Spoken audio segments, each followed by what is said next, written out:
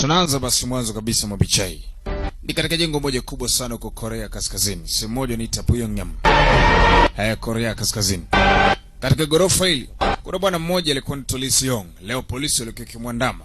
Na sasa walihitaji kumkamata, mikimba imfika juu mikoni mwisho.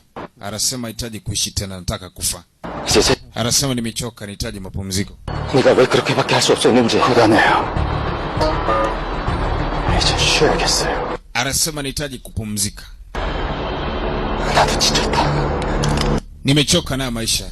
Nahitaji mapumziko. Ase, wekee silaha chini, jamaa atajua kweli. Walifikiri utani. Jamaa anataka kujidedisha kweli. Walipoweka silaha chini wakafikiri ndio salama yake, lakini haikutosha. Bado mwamba alijipiga risasi na kujiua pale pale. Naam. Lakini kumbe hii ilikuwa ni actor ya star mmoja maarufu sana ambaye jina lake walikuwa namuita mtaalam Mr. Gang Yu. Bonge saa. Lakini basi usta wake unaleta utata katika serikali yake. Kuna mambo kadha wa kadha ambayo huyu jamaa anajihusisha nayo, ikamfanya serikali ya Korea Kaskazini kuanza kumtafakari tofauti. Katika kitengo kimoja cha usalama wa raia walikuwa kitazama actor moja ambaye alicheza kijana wanaomuita Gang Yu. Ni star mkubwa katika masuala kucheza filamu. Vile vile ni mwimbaji mzuri sana katika style ya pop, hip hop. Naona, lakini pia hujishughulisha na michezo mbalimbali ikiwa ni pamoja na michezo ya cricket na vitu vingine kama hiyo. Ni star full, ni mtu ambaye anapata maslahi makubwa kupitia michezo, lakini usta wake unaleta mashaka serikalini. Kwa nini? Tutajua mbele. Kitu na kitu the spy, yani mpelelezi. Haya, basi upande wa pili kuna binti moja alikuwa akiandama vikali sana risasi, chuma ilikuwa inalia mbaya. Naam. Binti huyu wakati alipokuwa akiandamwa vikali na askari wa Pyongyang, upande wa pili kijana Gang Yu ambaye ndo star mkubwa kama tulivyokwisha kupata habari zake, lakini usta wake unaleta mashaka serikalini. Alikuwa anakwenda katika uwanja mmoja mkubwa ulikokuwa kunachezwa michezo mbalimbali. Maana mambo chuma inalia mbaya mbaya. Sasa binti anaandamwa na risasi nyingi kweli kweli. Uwanjani watu wamejaa wanamsubiri Gang Yu, superstar Gang Yu. Cheki uwanja ulivyojaa. Yaani jamani, star kwenye mpira, ni star kwenye michezo cricket, ni star katika masuala ya music. Ni full star, lakini usta wake unaleta mashaka. Binti anazidi kuandamwa vikali babla. Katika kitu kipi wanakiita the spy. Sai, binti anazidi kuandamwa. Katika ile jengo ndo kuna uwanja, yani uwanja huu kwa chini. Sasa ndo binti yuko kwa chini anapita huko.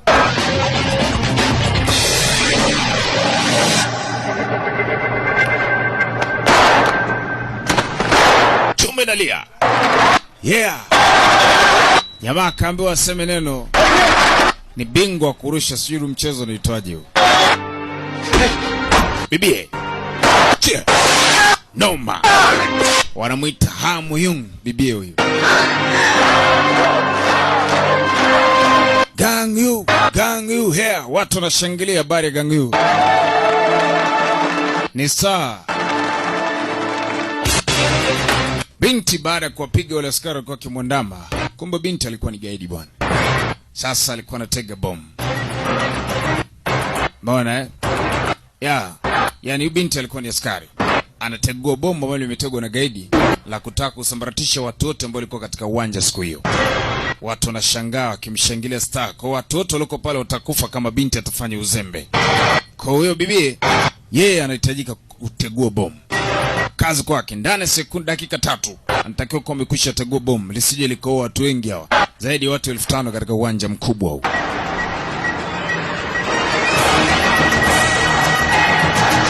Haya, Gang Yu ana habari kule anazidi kucheza. Sasa binti jua kama ishangaa wapi rafiki. Kuna kipepo kile kinapita pita hapa. Akapoteza time binti akatazama kile kipepeo. Kutazama kipepeo ndani sekunde kama 3 au 4 namna hii. Jamangu anarusha mpira namna hiyo. Ndo binti anakurupuka. Alichokifanya ghafla arajikuta zile dakika zimekwisha. Na maana baada hapo bomu lingelipuka. Lakini sivyo, huyu binti hakuwa katika kazi maalum. Bali hii ilikuwa ni zoezi lake la kwanza la kukamilika kuwa komando maalum wa serikali. Na mission inaonekana kufeli kwa sababu kipepeo kilimzubaisha. Mambo hayo. Alikwenda kwa kapteni wake mkuu. Wanamuita Mr. Captain Chong Ryong. Anaambia Korea Special Military Police Junior, umefanya makosa katika mission ya siri, umefeli katika mtihani wako huu. Ndani ya sekunde 3 unaweza kusababisha vifo vya watu 5,000 wakafa kwa ajili ya uzembe.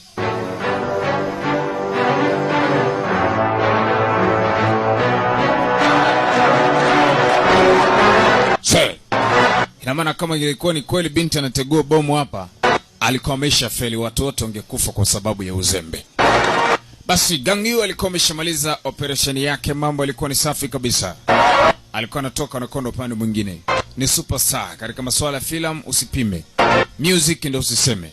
Lakini pia katika michezo mbalimbali kama hiyo, unaambiwa iko fiti balaa tupu yani. Siku nifuata bibi alikuwa anaingia ofisini, bibi Hang Mo-young. Alikutana captain, saluti kubwa. Lakini anasema naomba nikuone. Naomba nirudishe, unipe nafasi nyingine tena kwa mara hii. Nataka kujiunga na Secret Division, kitengo cha siri cha serikali. Anasema ulifanya vibaya katika zoezi lako.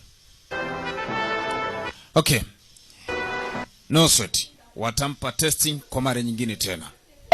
Bibi ana hamu sana kujiunga na kitengo cha Secret Division, lakini kama atakamilisha tena zoezi lingine la pili lilopewa, basi ina maana kwamba hata stahili atatolewa kabisa. Katika mji mwingine tukiachana maeneo ya Pyongyang, operation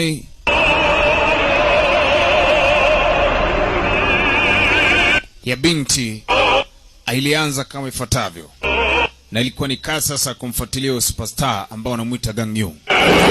Leo bibi alipewa agizo la kuja kupokea ujumbe fulani katika mji mmoja. Alikuwa mvalia mavazi ya kawaida na alipanga kukutana na mtu maeneo haya.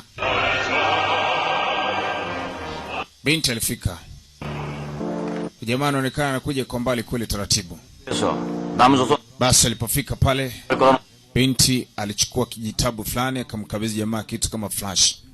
Ikawa tayari huduma imeshatembea. Piga tu mbili mbele akacheka kilichopewa na kuta ndani kuna dola ya Kimarekani. Hii ni information na ujumbe, ataelewa zaidi nini cha kufanya baada hapo. Sawa sawa, binti ameshaanza operation yake. Basi upande pili kuna binti moja anamuita Mia. Ni mtoto wa general mmoja kijeshi. Binti ana matatizo. Baba anambia mwanangu inatosha eti, au binti anampenega Gang Yu kuliko mtu yote huyo star. Baba anambia ni wakati wa kula. Anambia baba, pamoja na hayo, katika operation hii naomba na mimi niende. Niga chukizane. Anambia kabla hujafa mimi nitakuwa nimeshakufa kwanza, mpumbavu wa mtoto wa kike. Kula. Anapenda binti yake. Sasa binti anataka aende katika operation, mzee amechanganyikiwa. Baada alipokuwa ofisini, alikuwa akimfokea Captain Chong Yung. 이거는 Puzi mtupu. 무조건 극비로 진행. Kwani mlikubali mambo yawe hivi? Basi kwa ombi la mzee, binti anataka waende pamoja. Na operation ya sasa ni kumfuatilia bwana Gang Yu. Kwa sasa nasadikika hayupo tena. Ameondoka, ameelekea katika mji mmoja unaoitwa Singapore kwa China. Na amekwenda kwa ajili ya masuala yake mbalimbali. Lakini huyu Gang Yu ambaye wanamfuatilia zaidi, jamaa anasema hii performance itakuwa vizuri sana kama tutamshirikisha na binti ambaye wanamuita Ha Mo-young, ambaye alifeli katika operation ya kwanza, lakini operation ya pili hii ni vizuri kama tutampa kipaumbele zaidi afanikishe ile jambo la kusafiri na kwenda kwa Singapore. Basi kutoka Pyongyang wanaelekea Singapore. Bako huko ndiko Gang Yu alikoelekea. Huyu Gang Yu anemfuatilia kwa sana. Inasadikika na mahusiano na baadhi ya wafanyabiashara wakubwa black market. Hizi kisema black market maana yake zile biashara ambazo si halali. Pamoja na madawa kulevya, silaha na vitu vingine kibao. Walikuja Singapore wakiwa na wako watu watatu, akiwemo Captain Chong Ryong pamoja na binti wanamuita Hang Mo-young na mtoto wa general mmoja ambaye amekuja tu kwa ajili mambo yake fulani. Sasa anampendaga Gang Yu kweli yani.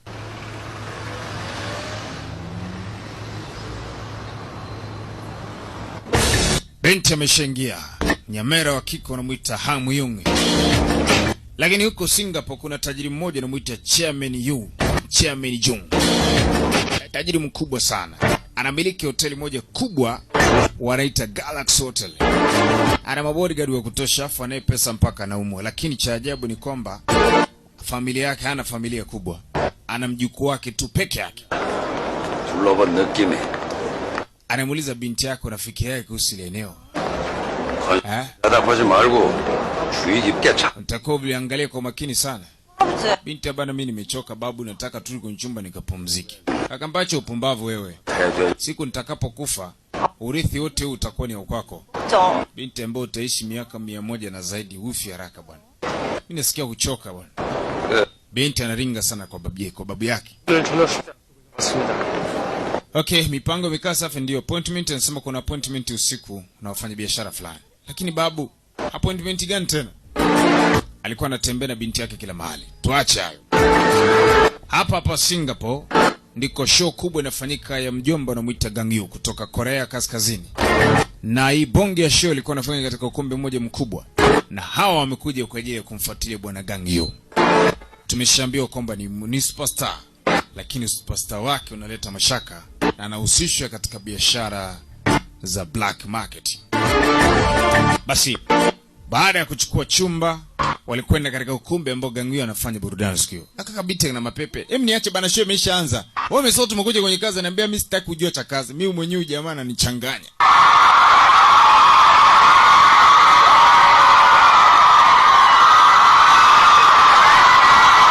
Show ilikuwa ni kabambe kweli. Watu ni wengi sana. Watu wamejaa. Kelele watu wanapiga. Si mchezo. Gang Yu. Superstar Gang Yu.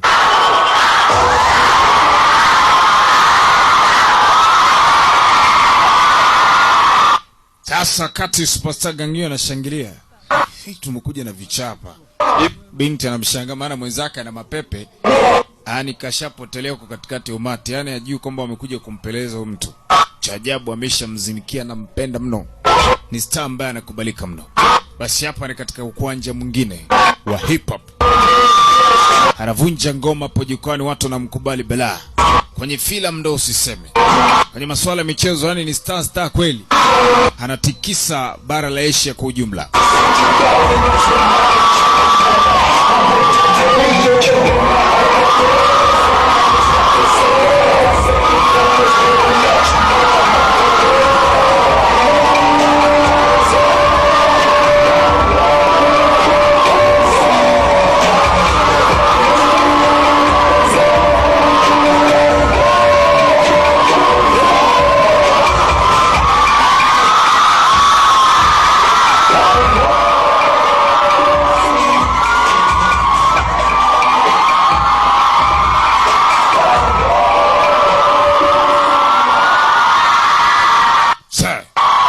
Basi show ilikuwa ni safi, alifanya vizuri sana mzee bwana Gang Yu. Gang Yu binti mwenye anashangaa mtu vipi, anakubalika balaa. Show imekwisha. Hawa ni mastafu, jamaa mmoja na hi my man, na nikakwambia jamaa na dharau usipimi. Haya. Bado watu wanashangilia, waandishi wa habari wanarusha taarifa, anasema mwimbaji maarufu kutoka Korea wanamuita bwana Gang Yu. Baada ya kumaliza ziara yake ndani ya hapa Singapore, baada ya uimbaji wake kutosha, baada ya kufanya show hapa Singapore, anataraji kwenda katika miji mingine mikubwa iliyoko ndani ya nchi za bara la Ulaya. Bado lakini alikuwa pale Singapore. Sasa wamekuja kwa ajili yake. Ina maana wakizubaa kitaondoka alafu watafeli. Kila mahali Gang Yu. Bibie talent yake kwenye kazi. Huyu mwenzake sasa unaenda wapi? Amempenda. Unaenda wapi? 단식투쟁까지 해가. Sinasikia watu wanamshangilia jamani, na mimi sinaenda hata anipe hata saini yake. Kasao kwamba ni kazi. Kaazimika. 안 됩니다. Huwezi kwenda. Sawa? 명을 받았습니다. 절대 노출되지 않게 모자도 쓰고 마스크. Binti ambako nini mimi nitaenda bana, kamba sikiliza. Niache bana. Ambaye huwezi kwenda huko. 그럼 난 노출. Kwani siwezi kwenda? Kwani siwezi kwenda? 되겠네. 설마 정혜원이 그 정도 임무도 못. Unafikiri kwamba hii tax utaimaliza peke yako? Huwezi kufanikiwa kumaliza hii awamu hivi. Basi bwana Gangui alikuwa upande wa pili, anapata maji. Ni star ambaye anachanganya watu kweli, lakini usta wake ndio hivyo unaleta mashaka. Baadhi ya watu wanamtilia mashaka. Basi alikuwa anapiga maji. Huyu binti anamuita Hamuyong, akatumia trick hiyo akaja, maana kilichomleta ni kazi, so mapenzi. Kumbuka wako mabinti wawili, huyo mmoja mtoto general wanamuita Maya, huyo wa pili anamuita Hamuyong, bibi ambaye ni askari. Sasa akataka aingie huko, akamzuia. Samani, hii ni sehemu ya watu maalum tu. Binti bwana, mimi ni mwandishi wa habari, nahitaji kumhoji Gangyu. Kama tutosamee, hatuna information za kuja kwa mwandishi wa habari hapa. Na jamani, si yule pale ongea naye tumaili matatu tu please. Namuuliza swali kama uruhusiwi bodyguard ya mzee. Ni sawa au kweli? Hai. Okay fine, hamna shida. Sasa hii mission asipoifanikisha, binti atafukuzwa katika kitengo, kwa sababu hata yani ni kama mtihani amepewa, kimaliza ndo ataingia kwenye kitengo cha secret service. So sorry. Binti anataka kuingia kibaba, kamba uruhusiwi kuingia. Yani huko ndo tayari uruhusiwi kuingia. Akatafuta trick nyingine.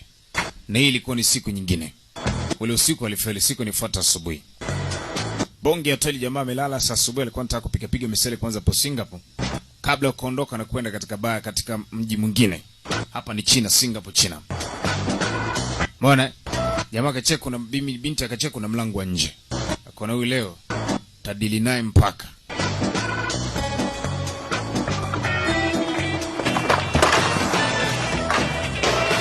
Ni saa kwa kuna saa anatoka kwa siri utasimona, maana wakimwona utamsumbua. Kwa binti akamtime mpaka akampata, Mungu wangu.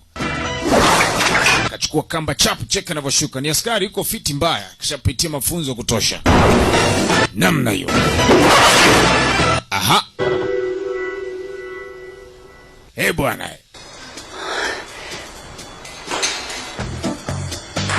Kamba imefikia nusu, hajafika chini.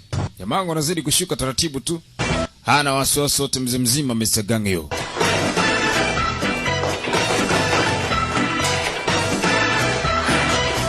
Mwisho anaingia mlango, anatoka kwa nje. Binti anafika anakuta amechemka. Jamaa julikani kapita kona gani. Do. Mara kamuona. Hey! Bibi ana ujasiri. Sign. Sorry. Samani, naomba unipe sign yako. Please sign. Sign. No sign. Amna sign hapa. Sign please. Sign please. Naomba unipe sign yako. Nimesema hakuna sign. Wala picha. Samani, niko busy. Kamkamata. He? Jamaa shango binti Menton. We. 말귀를 못 알아듣는 건 내가 아니라 너. Sign. Sign. Naomba sign yako, please. Unajua masupasta walivyokuwa na kiburi. Kaona mpe tu sign kwa sababu sasa anamsumbua. Naomba sign haraka haraka please. Mbona sign yako inachukua muda mrefu hivi? Kamaliza kamba tayari. Thank you. Asante. Bye bye. Kaji nimepata sign. Sasa nacheka nakuta amechora sijui mdudu gani paka na macho yake, yani kamzomea. Amemchorea katuni. Hajampa sign, pumbavu. Wewe falo unanyima sign. Binti akona leo utanijua. Yaani leo nakudhalilisha wewe sister. Jamaa koni ishakuwa tabu hii. Kuna taxi inakuja kapiga mkono. We kaka we. Akamzomea. Pumbavu. Binti amezamiria yuko kikazi zaidi, akona kuna toy imepita pikipiki, akona pikipiki ni usafiri wa faster. Kama ilivyo toy, basi akachukua toy faster, ngoma hii hapa. Kaanza kuifuata ile taxi nyuma. Yaani leo amba leo pumbavu tanjua mimi ni kichaa. Lazima operation yangu ifanikiwe. Anaanza kuweka karibu na huyu jamaa ili afikie tu ya kupata kujua anachokitaka kujua kutoka kwa huyo mtu, kwa sababu tayari serikali yake imeshamtilia mashaka na amewachanganya watu wengi kweli kwa ajili ya usta wake. Hiyo haijalishi. Basi upande pili ule mjukuu ule mzee tajiri mkubwa anamuita Chairman Jonga. Alikuwa upande pili anakula hewa tu. 연락이 없어. Anaambia unanipigia simu ya nini saa hizi? Eti nini? 안 했어? Amekuja. 더 들어왔는데. Kuja. 더 들어왔는데. Sasa utakuwa umeelekea wapi tena? Basi jamaa amefika mahali akashuka. Akajua ameshakimbia kile kimbunga. Mambo yanakuwa safi, akacheka jua ufala nipati tena. Kumbe mwenzake amechukua toyo. Kachukua pikipiki anakuja speed, bibi ameamua leo. Yaani leo ameamua. Kafika hapo kashika chap. Samani asai usiku paki pikipiki hapa. Sehemu kama hizi toyo usiku paki. Unasema kana na toyo yako unatolewa nduki. Jamaa kaje mmaliza kapaki gari pale huyo. Kashika kwenye taxi ninge zake ndani. Kweli binti alimmisi siku hiyo. Sasa katika hii eneo la Singapore, askari wako wengi sana wapelelezi. 그래도 늘 경계심을 늦추지 마시오. Jamaa wangu anamuita Mr. Chung Ryong ambaye ndo alimbatana na binti, alikuwa anapokea information kwa askari mmoja. Basi mna shida, tutaona na kesho, utanipa ripoti kamili. Sasa kati jamaa na penya akashangaa kumwona binti iko speed kweli. Toka jana alivyoachana kwenye hoteli ndo anamuona tena sasa binti iko speed bado anamtafuta mkali mwana Gang Yu. Anatafuta kuna kule jamaa amempotea muda si mrefu. Wakati binti anatoka tu pale ule mjukuu ule tajiri sasa mkubwa naye bado alikuwa anapokea simu. Ghafla pochi yake kaibiwa na kibaka. Jamani begi yangu. Mtala Mr. Chung Ryong akaona, akamtega tu ile jamaa. Kumbe wako ngo dada. Ngoja mpe msaada mtoto wa kike. Here. Kitu. Damna hii. Moja bila afu pochi ya binti akaichukua. Akaenda akamkabidhi binti. Thank you. Asante. 저기 혹시 Samani wewe ni Mkorea au? Binti ni Mkorea. 어머. Okay, asante. Akavua miwani. 혹시서 모르세요? Ina maana unifahamu mimi? Sikufahamu mimi. 외국에 오래 계셨나 보다. Unaonekana wewe ni mgeni hapa Ulaya, Naambia hapa ng'ambo, naambia Hata binti ni mtoto mtu mkubwa, alikuwa anategemea atakuwa anafahamika. Jamaa atakutaka story kasipa zake. Hasa mchizi Gang Yu, kwa zake mtaa mwingine huku. Anakula tu hewa, anatembea kuna kule ili kapiga mapamba ya kawaida ili watu wasimshangae. Ni superstar. Binti anamsakanya, ameamua auwe siku kwa ajili yake. Tafuta. Jamaa mpenye na wapi? Fika mahali akaona ngoja akachukua kofia, kaeka pesa pale. Nanunua kofia unaacha hela pale. Kapiga na tinted kali watu wasimshangae. Jamaa bado ananunua vitu, mara akanunua maski fulani. Hii maski alipoicheki kwa babu kubwa. Alinunua kwa sababu maalum. Gang Yu ni mwimbaji lakini pia shambeo kuna biashara za tofauti ambazo wanazifanya, the black market. Binti akamfumba, ndo uko hapa fala wewe. Baada ya kutafuta ndo umeamua ujichimbia hapa. Sasa mtu kampamia na baskeli na geuza macho, kapotea tena. Huyu jamaa jini nini? Sasa hivi alikuwa hapa ishaenda wapi? Shit.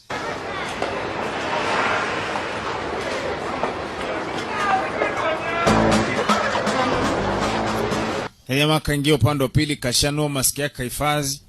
Chukua tinted kaingia upande mwingine. Binti bado anamtafuta. Jamaa shajua binti anamwandama akaona upumbavu.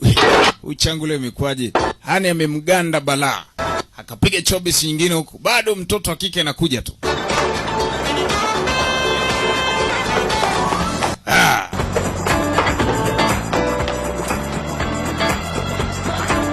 Mara kampotea.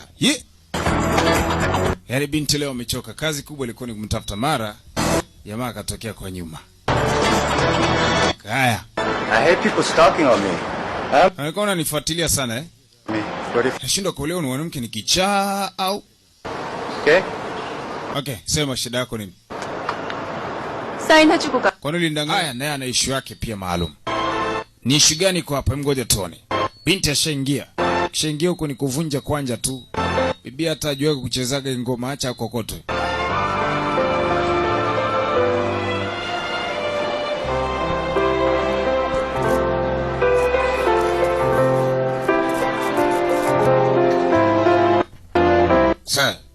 Binti akakokoto we. Yeye ni yake ni Gang Yu. Mara kutupa macho kwa mbali, watu wote wamevaa maski, hata Gang Yu wamevaa maski. Binti akawa amemwona, mara ngome imebadilishwa, imekuja charanga. Yeah, bibi hata kucharanga ajui. Blues ajui, charanga ajui, reggae ajui. Yaani ni zero, unajua bunduki tu. Kamuona jamaa anamwai kule kuleni kapagawa. Sasa mission anataka kuifanikisha, lakini jinsi anavyoifanya inaonekana anaifanya pasipo umakini sana. Ghafla wasikia sauti. May I have your attention? Jamaa, naombeni tusikilizane tafadhali. So let's all go to the... Ni watu wote wakati tunakwenda katika chumba maalum. Ukisikia chumba maalum, wanakwenda katika issue maalum. Sasa bibi hata ajui kitu naye akaamua zame huko.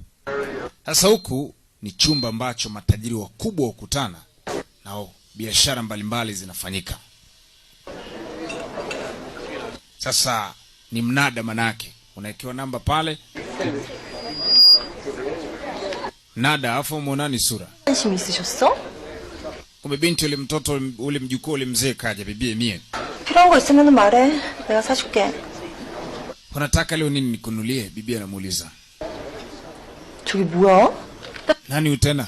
It's an ancient bronze jar once owned by Uhi. Basi biashara inaendelea kwamba hichi kitu na kiti Byung. That jar next to her Birika moja safi sana. is with her first lover. Na ilinunuliwa, mfalme alimnunulia mpenzi wake wa kwanza. 물방울 다이아 정도는 나올 줄 알았더니 At 50,000. 50,000? 55,000. 실망이야. Do I hear 60,000? 내가 살까? 60,000. 네가 뭘 하든 나 관심 없는 거 알지? Basi mambo endelea kusonga mbele zaidi. Price? It's yours.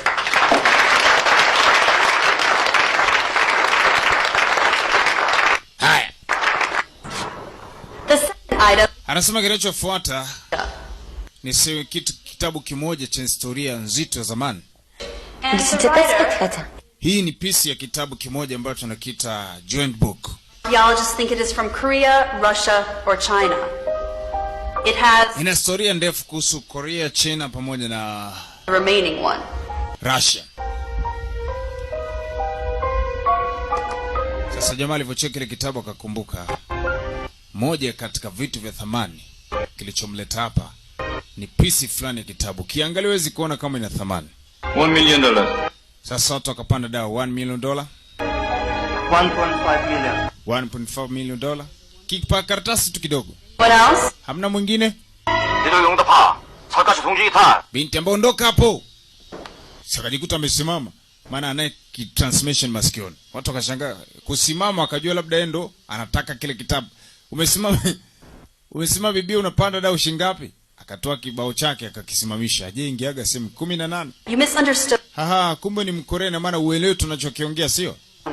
Okay, kwa inamaanisha 1.8 million. Milioni 18. Kuna mwingine anapanda dau bibi atauziwa karatasi kwa bei ghali namna yako, na mtapeleka wapi? Mwingine anapanda dau kwa mara ya kwanza, mara akasikia 2 million, milioni 2. Gang Yu akapanda dau, akaamua kumsaidia binti ya Ibu. Maana leo sio angetoa wapi pesa. Na amekuja kwa ajili ya issue zake za kumfuatilia mtu. Basi baadaye mambo yalikwisha, sio akatoka na mbona mnisumbua nini? 그럼 비둘기도 설까지 행방을 모른단 말이네. Hivi hujajua location gani ulioko? Tuelekeze uko kwa wapi? Wale mama ameenda kuchukua askari. Kwamba kuna binti amemvua nguo akampa kipono na gari yake imeondoka. Binti sasa kaanza kuandama. Kwa amejikuta hana utulivu wa kutosha, anashindwa kutoa maelekezo sahihi kuhusu askari wenzake kule alikoacha.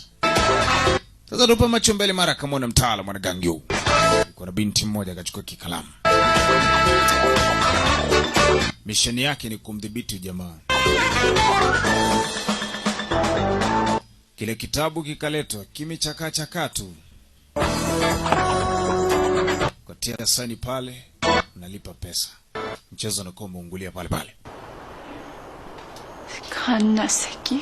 저렇게 쉬운 걸.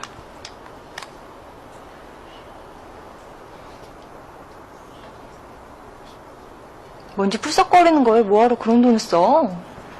그런 것까지 관여할... Sasa binti akawa anamuuliza, hili kitabu Unalinunua kazi gani? Mbona ni kitu ambacho kina thamani? Jamani, nasema mimi najua kazi yake. Ghafla kuna watu wanashuka pale, mzee na Makamba wakamkamata Gang Yu na yule mwanamke.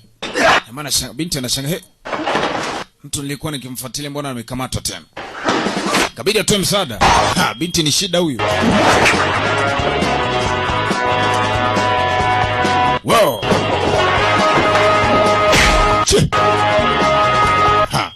Ni balaa tupu. Jamaa anashangaa binti wapi huko? Hiyo maski inafanya simtambue vizuri. Kumbe yule alikuwa akimwandama toka mchana. Mara kakamatwa. Nyongwa.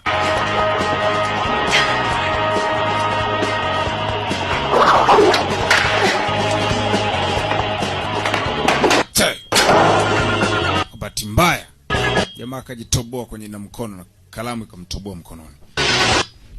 Kuna watu wengine wanakuja, basi zile njemba zikasepa.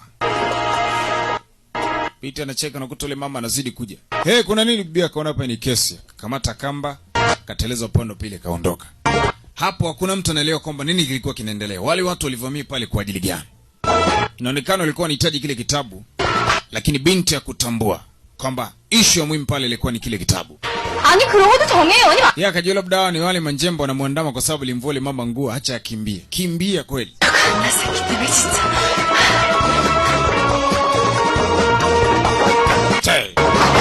Mbele ghafla. Samani ti chumba guest room hii hoteli ni imba kama umekosea tayari ishachukuliwa muda mrefu.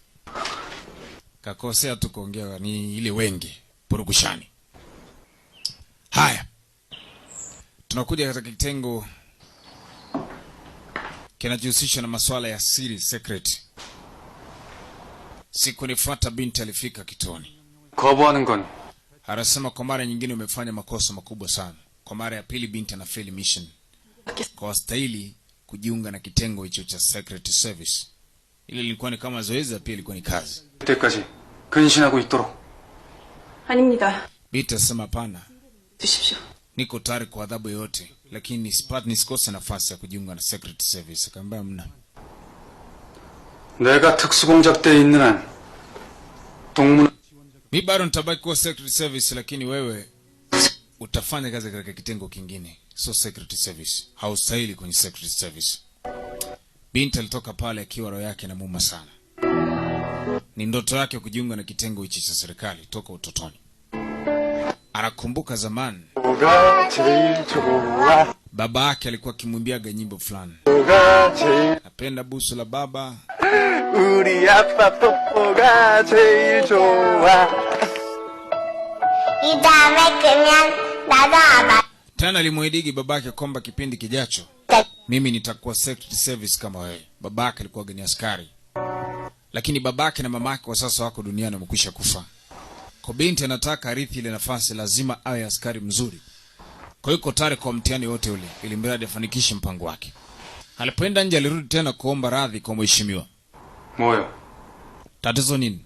말이 남았어. Bado una kitu cha kusema? 이대로 그냥 포기할 수는 없습니다. Binti anasema sijakata tamaa hivyo. Comrade Major, tafadhali 주십시오. naomba unipe nafasi nyingine. 나도 꿈이 제게 Na kuwa secret service 동무가 ni ndoto yangu. Mbona sawa, ni ndoto yako lakini umeshindwa. 용납되지 않는 특수 Shafanya mistake nyingi, sasa watu wa mistake hawastahili. Umeipoteza nafasi, ulishaipoteza nafasi yako. 명령은 내려줬어.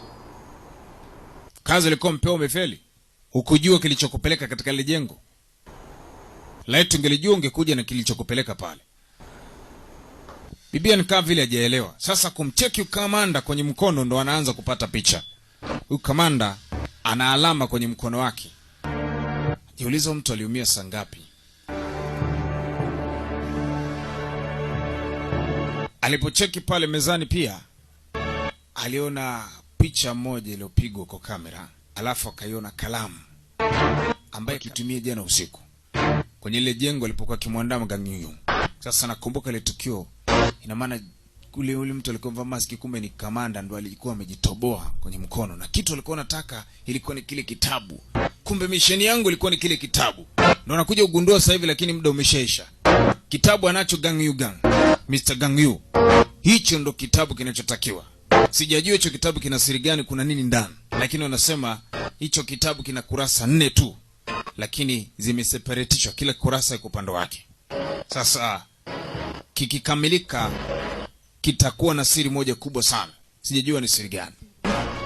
Binti anasema kama mission itakuwa ndio hiyo, haijalishi nimefukuzwa kazi, hii nitaikamilisha peke yangu binafsi, na kitabu nitakileta. Kama ni kitabu tu nitakileta. Kwa binti akawa ameshajua kama ni kitabu kinatakiwa. Inabidi aanze safari tena ya kurudi tena kwa mara nyingine ndani ya Singapore, ambako bado Gang Yugan anaishi huko Gang Yu. Alichukua usafiri wa kawaida sana, usafiri wa meli, tena meli ya bei rahisi. Akavaa mavazi ya kawaida kama mtu wa kawaida tu. Sasa anakwenda katika secret mission yake ya siri ya binafsi, yani kajituma mwenyewe, hana kamanda na kiongozi yote. Kikubwa anataka kufuatilia kitabu na akilete kwenye kitengo chake cha secret agent ili aweze kupatiwa kazi. Na maana mission atakuwa ikamilisha, basi ataonekana nafaa, atapewa kazi. Maana ni moja kati ya ndoto yake kuwa askari wa kitengo hicho, kwa kukamilisha ahadi aliyowahi kumwahidi babake marehemu. Sasa huko Singapore jamaa alikuwa na show nyingine kibao tu alitakiwa kuzifanya. Mida fulani jioni alikuwa anafanya zoezi na timu yake. Piga tizi mbaya, rajeka fiti kibarabara.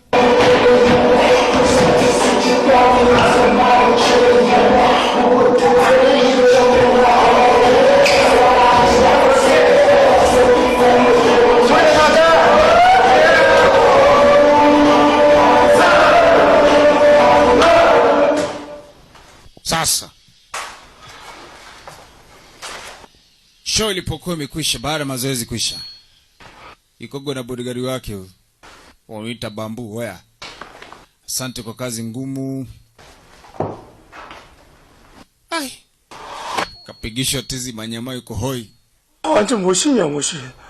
어디 춤을? Kama sijacheza vizuri. Masaa 8 tunarukaruka tu. Tizi masaa 8. Hapo waka vile tizi haimuhusu. Yeye ni mtu wa kutembea na huyu jamaa saa zote. Kwa hiyo tizi inamhusu yeye, lakini anajikuta na share. Basi akaenda kupata maji baada ya mazoezi, Mr. Gang Yu, superstar. Baada hapo akawa amekaa jaribu kusoma baadhi ya vitu fulani. Bonge hoteli yuko hapa. Binti operation yake amerudi tena kwa mara nyingine kwa ajili yake, na sasa amekuja kwa kujituma mwenyewe. Mara kwanza alitumwa na serikali ya kafeli. Sasa kaja kufanya masahisho.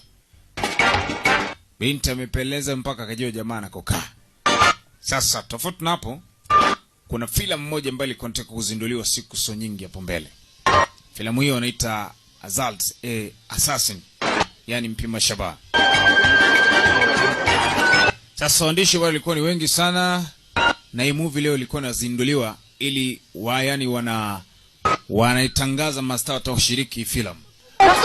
Sasa kuna mabinti ambao ni wanafunzi wanaojifunza sana habari hizi za film, music na vitu vingine kama hivyo. Wanapenda kuwasikiliza sana masters. Binti moja akawa amepoteza tiketi yake. Hawa ni wanafunzi wote wamevaa mavazi mekundu na meupe, ni wanafunzi. Kwa binti alipopoteza tiketi yake kujua kumbe alishaibiwa saa nyingi sana na binti.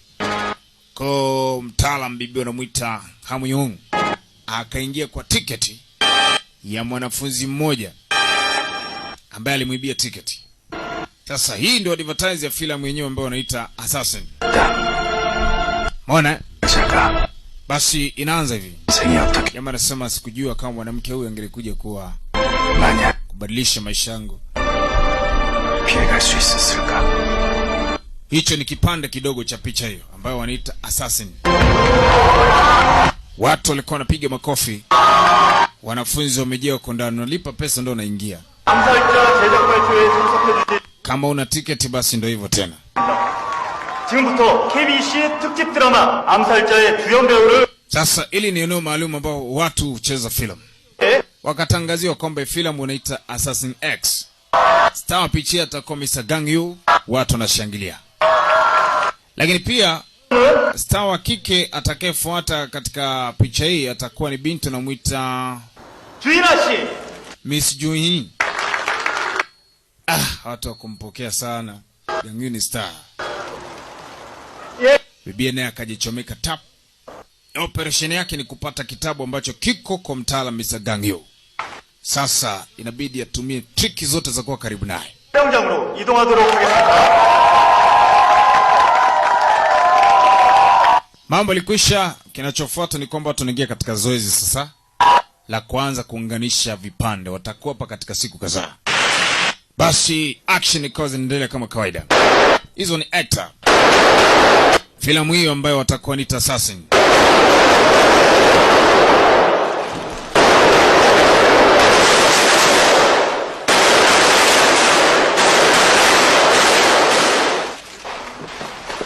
Sasa muda umeisha. Action endelea. Wakaambiwa wale wanafunzi wote watoke nje. Walipotoka nje, sasa kumbuka bibi Moyong kashaingia. Naye anataka kupata kujua undani na kupata hichi kitabu. Sasa lazima aike kwanza ukaribu na mtaalamu, ndipo afanikiwe kujua na kukaa fahamu siri zake, mwisho afanikiwe kupata hicho kitabu. Ni story ndefu kidogo, au ni topic ndefu kidogo. Watu wote walipotoka kabano kwa nyuma, akarudi, maana Gang Yu bado kabaki katika jumba la sinema, ile jumba la kufanya acting. Akawa anamnyatia.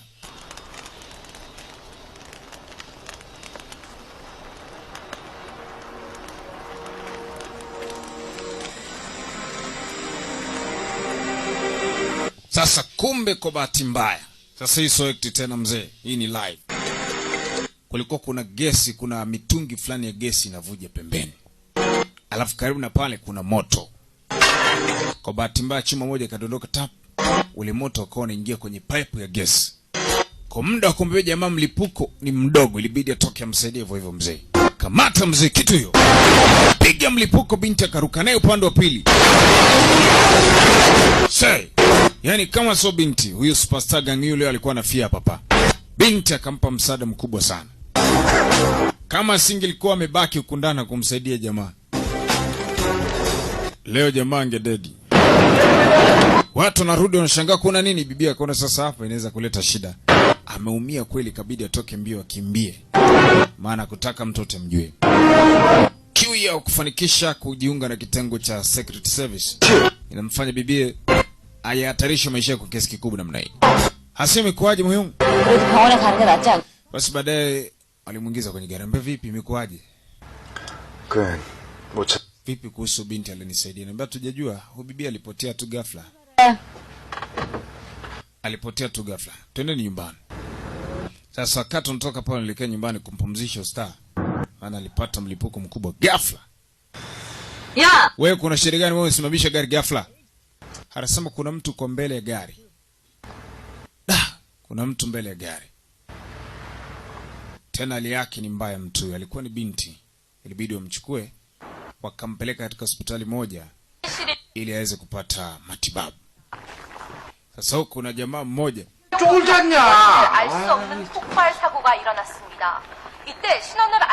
wanamuita Bwana Han Sang. Ana miaka kama 15. Yuko hapa Singapore. Ni mtu kutoka Korea. Alikuwa anapata taarifa kwenye television kwamba superstar mkubwa sana amepata ajali ya ghafla. Kuna binti ameweza kumsaidia. Na binti kwa sasa kwa hospitali. 강우의 목숨을 구했으면 Huyu jamaa yake anambia sasa ina maana huyu Charlie amesaidiwa na superstar. Binti amemsaidia superstar, binti anaonekana atakuwa na superstar tayari. 마신 게 없다. Hawa watu wawili ya watu ni watu kutoka Korea. Wanaishi maisha ya kawaida sana. Mmoja anamuita Mr. Hansang na wa pili wanamuita Daejang. Ni mabesti. Mmoja ni mzee, mwingine kijana, lakini sio mtu na mtoto wake, ni mabesti tu. Mzee ana mambo ya kiuniuni sana. 맞아요. 드라마 선전하느라고 생쇼하는 거. Umeshaanza kutafakari watu sana. Kumsaidia kwa ni shida iko wapi? Ina maana kwa ni superstar ndo asaidiwi. Binti uko anachukuliwa anapeleka hospitalini haraka, maana kile yake ilikuwa ni mbaya. Anapeleka hospitali. Basi katika chumba cha operation theater anapewa habari bana. Binti aliyemsaidia hali yake ni mbaya sana kwa hospitali. Aje mara moja na upesi. 이백출! Hali yake ni mbaya mno maskini binti. Ile alipopigwa na ule mlipuko. 360 한 번 더! Aliumia mno. 360 한 번 더! 우리 아빠. Wakati binti anakumbuka tukio hili la baba yake, alishawahi kumwahidi baba lazima kitengo ambacho baba yake alikuwa akifanya kazi naye atafanya tu. kwa nini ana kusudi la kutaka kufanya kazi kwenye hicho kitengo. Sasa leo akifa hapa sio itakuwaje? Hataki kabisa kufia hapa. 자꾸 겁이 나 사랑이 나 무서워 그림자까지도 그리고 살아 그게 너라서 너무 두려워. Sasa tunakuja upande wa pili kule jeshini Pyongyang. Ziko taarifa ambazo zinafika baada ya televisheni kutoa habari mbalimbali katika harakati za utengenezaji wa filamu inaitwa Assassin. Bahati mbaya star mkubwa anamuita Gang Yu aliweza kupata ajali na amesaidiwa na binti moja, na binti aliyemsaidia kwa sasa kwa hospitali yake ni mbaya. Wewe Gang Yang, naenda wapi? Kwa wale ule mtaalamu ule mzee. Nimesahau, sorry.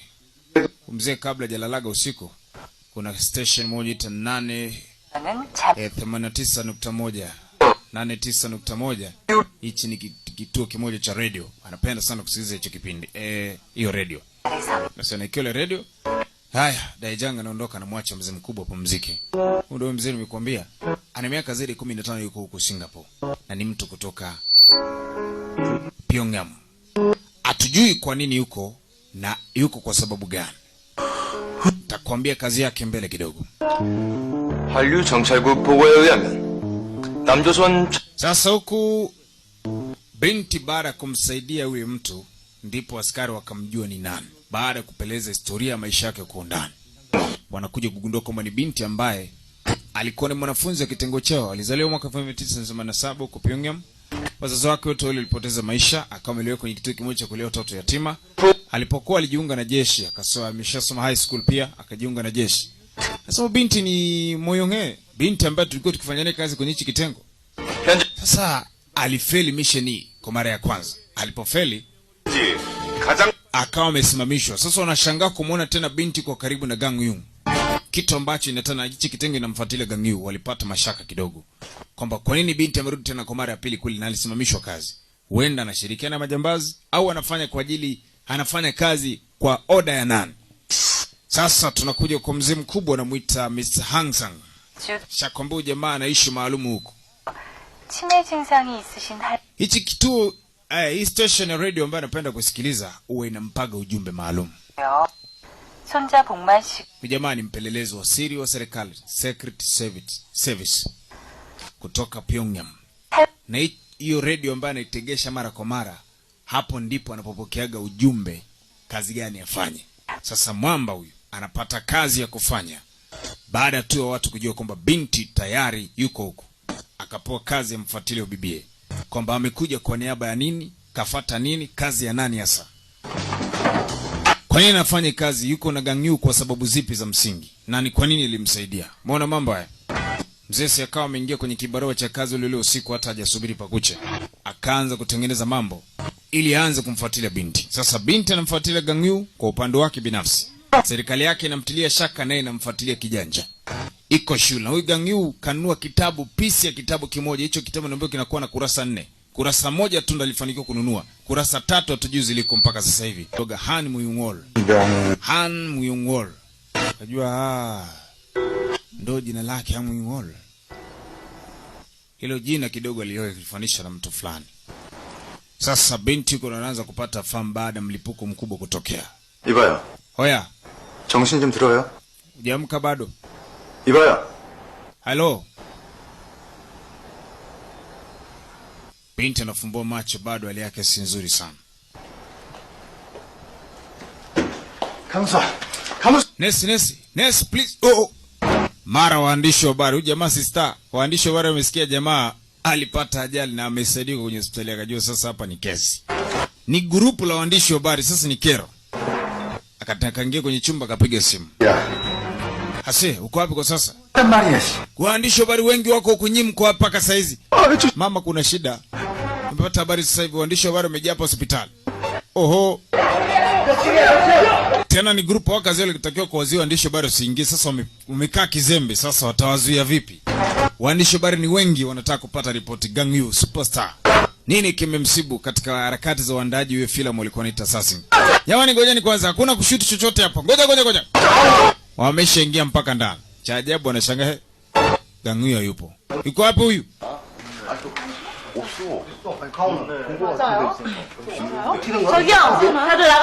Tokeni nje. Mnemtafuta yupo nje. Toka. Haya nendeni. Jamaa yuko ndani sijui kajichimbia wapi. Mama mwenyewe umechemka. Vipi hali ya mgonjwa? Tunataka kujua namba mgonjwa ndivyo alivyo. Alipata matatizo kwenye mazoezi tu. Sio kwamba ni ajali. Mazoezi alipata matatizo madogo. Binti bado hali yake haijakaa vizuri.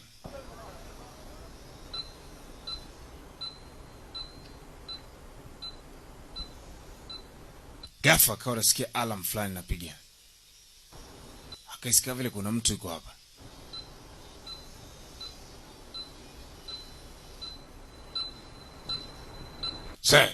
Kumbe mjomba Gang Yu alipokuwa anaandaa mwandishi wa habari akajichimbia kwenye kitanda cha binti. Binti chagao mtu ni nani hapa? Kaingia kwenye shuka lake, alafu yeye mwenyewe uko chini yuko uchi. Hey! Umcheke nakuta jamaa amejichimbia hapo kwa chini. Hey! Kamziba mdomo. Shh. Tulia. Hali ya binti si nzuri sana. Okay.